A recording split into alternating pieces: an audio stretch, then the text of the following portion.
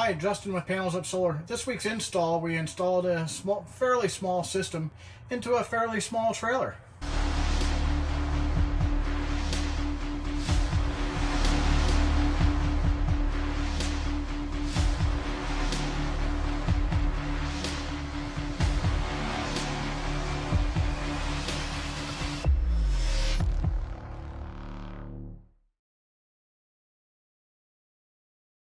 What we have is an Airstream Basecamp.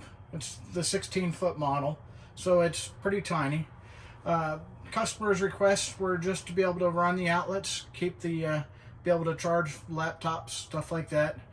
They don't even have a microwave in the coach anymore, so they're not looking to do anything. They're not looking to run the air conditioner. They're just looking for some extended use of their battery bank and keeping their outlets going. So what we ended up installing was a Victron Multi-Plus Compact. They're going to be able to monitor it through the VE Bus Smart Dongle. And then we installed two Battleborn batteries and a Smart Shunt down in the original box where the original batteries went. So the only thing that they really lost out of the whole deal is just a little bit of space in the back of this cabinet. So other than that, they still have full functionality of everything OEM. So